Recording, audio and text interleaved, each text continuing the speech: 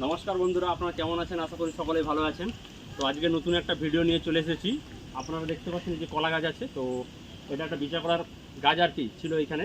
তো কান্দিটা কেটে নিয়েছি, কলাটা পেকে গিয়েছিল। তো আমরা এখন এই যে কলার যে দেখছেন কলা গাছ, ওর ভিতরে যে মাজা পাওয়া যায় ওইটা আমরা বের করবো আর কি। আর আপনারা ভিডিওটা দেখতে থাকুন।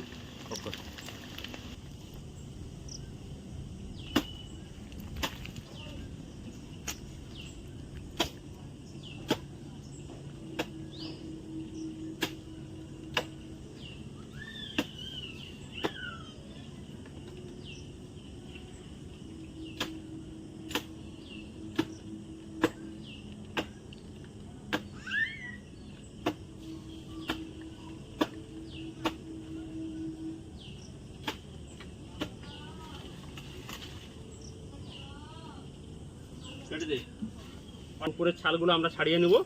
তো এর যে ভিতরে একটা স্তর পাওয়া যায় আর কি, ওটাকেই টিউবলাইটের মতো দেখতে, ওটাকেই বের করবো আর কি।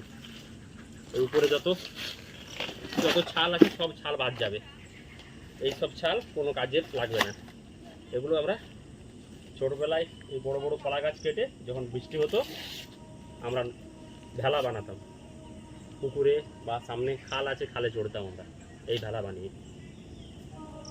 বার করে দিয়েছি, আরও বার করাতে হবে, মানে আরও অনেক সব জমা হবে ভিতরে। টিউবলাইটের মতো দেখতে সরু যে সাদা, ওই জিনিসটাই আমরা নেব। তারপরে ওইটা তরকারি বিভিন্ন সবজি হয়, যারা রান্না পারে, যেরকম রান্না করতে পারে। বাইরের এগুলো সব সব বাদ চলে যাচ্ছে।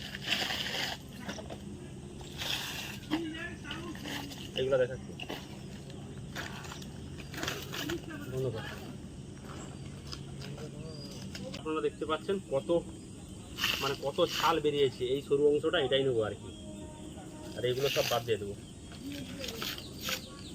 এগুলো কোনো কাজে লাগবে না, এগুলো খাওয়া যাবে না। এই ভিতরের অংশটাই রান্না করে খাওয়া হবে।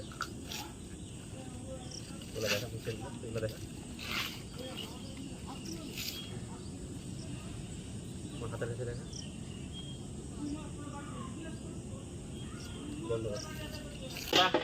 ছাল পুরো খুলেছি, তো এটারও আরেকটা, ওটা একটা শর্ট হয়ে যাবে আর কি, কম পড়ে যাবে। তো তার জন্য আরও একটা লাগবে সবজি করলে। তো ছাল খুলতে খুলতে দম বাড়ি যাচ্ছে। এগুলো সব বাদ দিয়ে দিতে হবে, পুরো যত আছে এগুলো সব। এই শুধু ভিতরের সরু অংশটাই নেব। ওটার একটা নিয়েছি, আরেকটা নেবো।